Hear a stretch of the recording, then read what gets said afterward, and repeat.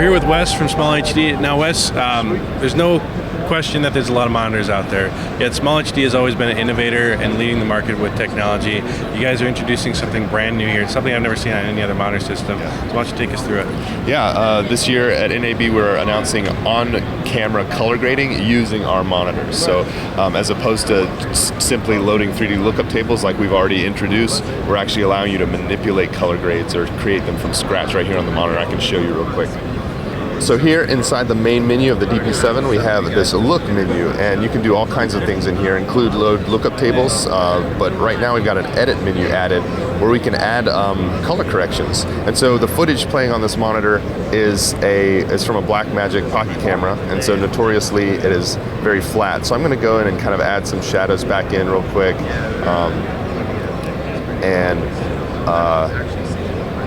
kind of manipulate the highlights a little bit, make them pop a little bit more, and then go back and to our overall setting here and up the saturation, and we get a much nicer looking shot here. And I can go down here and do a before and after, and you can see I'm enabling and disabling that color grade I just did right on the monitor. And I can back out. In fact, I can actually do a split screen here on the monitor and show you. We can kind of see the line there. You can see the difference between the two. In addition to that, after you can make multiple grades. In fact, you can stack them. And what I'm going to do now is actually stack on a 3D lookup table to that. So on my SD card, I've loaded some 3D lookup tables. So I'm going to go check my SD card out here. I've got some film stock looks preloaded. So I'm going to pick one of these Rec 709 Fujifilm film stocks, and I'm going to apply that in addition. So just like in DaVinci Resolve, where you have a node-based system of doing color grading, it works the same way. So we've created a custom grade, added an existing look of our film stock to it, and it's created this really interesting look for us. And so once I'm happy with this look, if I'm shooting with that, I can go down to export and export that as a cube file or another 3D lookup table for most popular for most popular color grading apps. So your workflow is linear. You're actually able to go out and shoot, create a look on your monitor, and bring that back with you to the color grader as a reference, as a starting point to really kind of massage that grade in. So, and the final thing that we can do here is we're sending this grade up to the display we have here. So from a client perspective, a director perspective, you can send these grades down. So we're looking at a graded version. I can turn it off real quick. And so this is what we were looking at, and then I can turn it back on, and now we're looking at a really nice, clean, color graded image right on a secondary display. And this is a cheap TV, but you can get a pretty nice look out of that. Make your clients happy, be on the same page with your whole crew from a visual standpoint, and really create a nice linear workflow.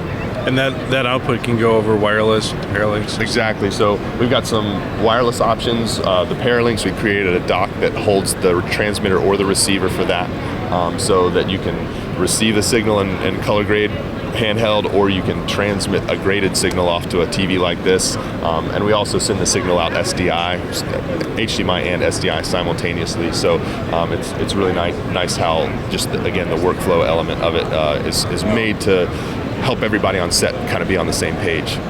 Now, what I love about that system for being able to export, as a DP, you may be working on set, you may want to just play around with color grade, but not, actually pull out your laptop, import the footage, grade it. The other side of it too is if you're sending something off to a colorist, and you want to say, well, this is kind of what I'm thinking. Yeah, you can send that to them, and then actually be able to be confident that you're working from the same general idea. Yeah, absolutely. That's the point. It's like I feel like there's a lot of drops in communication sometimes. Ideas aren't easy to communicate, especially when we're shooting on this really these flat profiles from pocket camera to Alexa, So and I think cameras are doing that more and more because we're getting more out of the camera for post that way. So it's great for post, but on the set, it's nice to be able to still see a somewhat of a polished image so that you can then communicate that down the line. So being able to export that, and especially if you're handing it off to someone totally different who wasn't there that day, you're really able to communicate that and say, here's my starting point for this look, make it better. Right. Now, you guys have a whole lineup of DP7 monitors. Can you take us through that and help people understand what the differences are when looking at them? Absolutely. So right now we're looking at our entry-level model, and it starts at $13.99. And the main difference between all these monitors is the display itself. So this is a standard LCD display. It is 720p, so it's HD.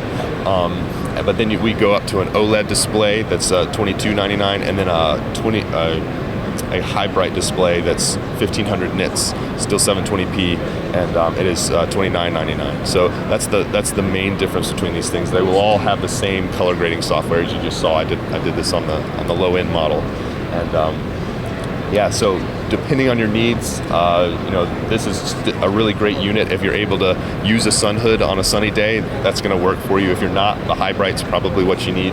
If you're really interested in color and vibrancy and having a full Rec 709 gamut and almost a full DCI-P3 gamut, the OLED is really what's going to be what you want to choose.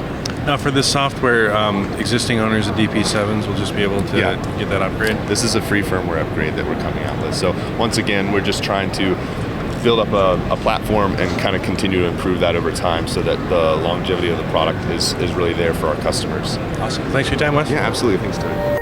Special thanks to our sponsors for making our NAB coverage possible.